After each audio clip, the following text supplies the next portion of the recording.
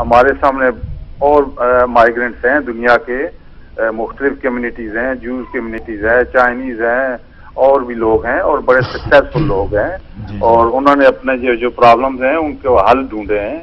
اور ہم لوگ تو کسی جگہ پہ تو مذہب کے نام سے بٹے ہوئے ہیں، کسی جگہ پہ سیاست میں بٹے ہوئے ہیں، اور یہ جس طریقے سے ہم ڈیل کر رہے ہیں یہ تو حل نہیں ہے اس پرابلم کا۔ یہ ہم لوگوں کو ایک اجتماعی طور پہ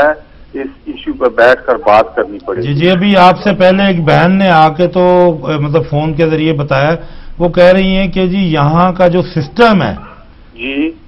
مطلب پولیس جس طرح پروٹیکٹ کرتی ہے اور ایک مطلب 17-18 سال کا بچہ ہوا وہ انڈیپینڈنٹ ہو جاتا ہے،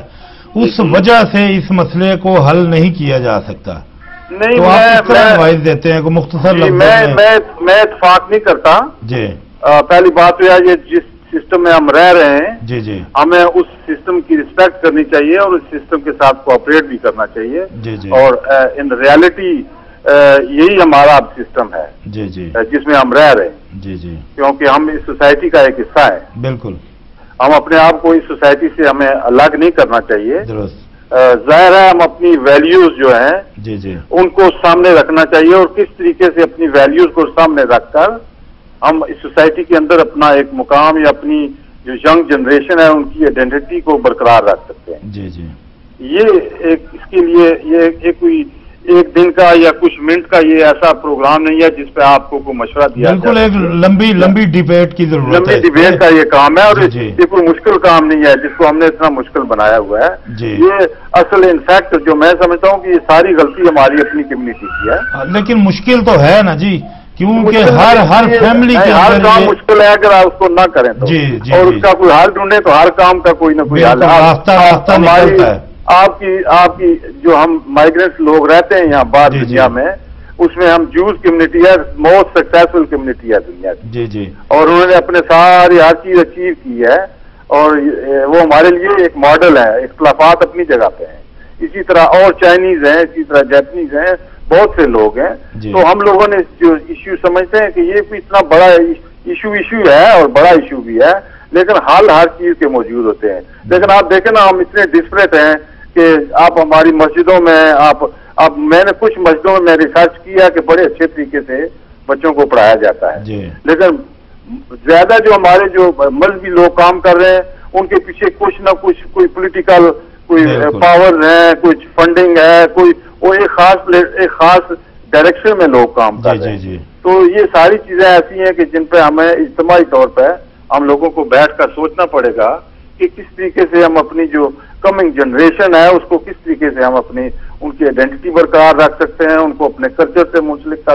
رکھ سکتے ہیں، ان کو اپنی سوسائٹی میں جس سوسائٹی میں ہم رہ رہے ہیں اس میں کس طرح ان کو مقام دلا سکتے ہیں۔ تو یہ ایسا ایشو ہے کہ جس پہ کام ہو سکتا ہے، اور کچھ لوگ ہمارے جیسے بے شمار یہاں لوگ ہیں بیچارے جو کام بھی کرنا چاہتے ہیں، لیکن ظاہر ہے کہ میں نے ایک ٹی وی چینل پہ اسی پروگرام کے لیے، آپ کا وینس ٹی وی ہے، میں نے ان کو ایک دن ایک سجیشن دی کہ میں اس ایشو پہ آپ کے پاس آنا چاہتا ہوں، بات کرنا چاہتا ہوں، تو وہ کہنے لگے جی یہاں پیسے لگتے ہیں، آپ ٹائم ہم سے خریدیں۔ تو مجھے بڑا افسوس ہوا کہ دیکھو کہ بھائی ایک ایشو ایسا ہے کہ جو سارے نیشنل انٹرسٹ کی بات ہے، تو اس پہ بھی وہ مجھ سے پیسے مانگ رہے ہیں، اور وہ اپنے جو دوست یار جو آتے ہیں پاکستان سے، اسپیشلی کوئی ان کی جو فیملی کے اور آئیں جو آتے ہیں ان کو تو وہ ٹائم دے دیتے ہیں، لیکن ہم لوگوں کے لیے ٹائم نہیں ہے ان کے پاس۔ تو یہ ہے کہ مجھے ڈاکٹر لیاقت صاحب کی جو ایفرٹس ہیں میں ان کو بھی بہت اپریشیٹ کرتا ہوں، بلکہ پچھلے ہفتے انہوں نے ایک پروگرام کیا تھا پی ٹی وی کے ساتھ، مجھے بہت خوشی ہوئی، بہت اچھا پروگرام تھا۔ چلیں بہت شکریہ۔ چلیں ہمارے پروگرام میں آپ فون کے ذریعے شامل ہو کے اپنی اوپینین دیا کیجئے، کوئی اچھے مشوروں سے نوازیں، تو اسی طرح جو آپ کی آواز دور تک جا رہی ہے کوئی سمجھ پائے اور اس پہ عمل شروع ہو جائے، تو یہی کامیابی ہے ہم لوگوں کی۔ تو جی بہت شکریہ۔ تو جی ممتاز صاحب آپ بات کر رہے تھے۔ جی حضور، 2 اشعار ڈفرنس نظمہ نے اس بعد نظم جی اللہ پاک کرم نوازی فرمایا کہ اے جڑے میرے بول ٹھیک ہی ہون، اپنی بھی ایک سوچ ہونی ہے۔ جی جی مذہبی، سیاسی تے ادبی ادارے، مذہبی سیاسی تے ادبی ادارے پونڈاں دے پیچھے پی گئے نے سارے، کس نے ساڈی نسل بچانی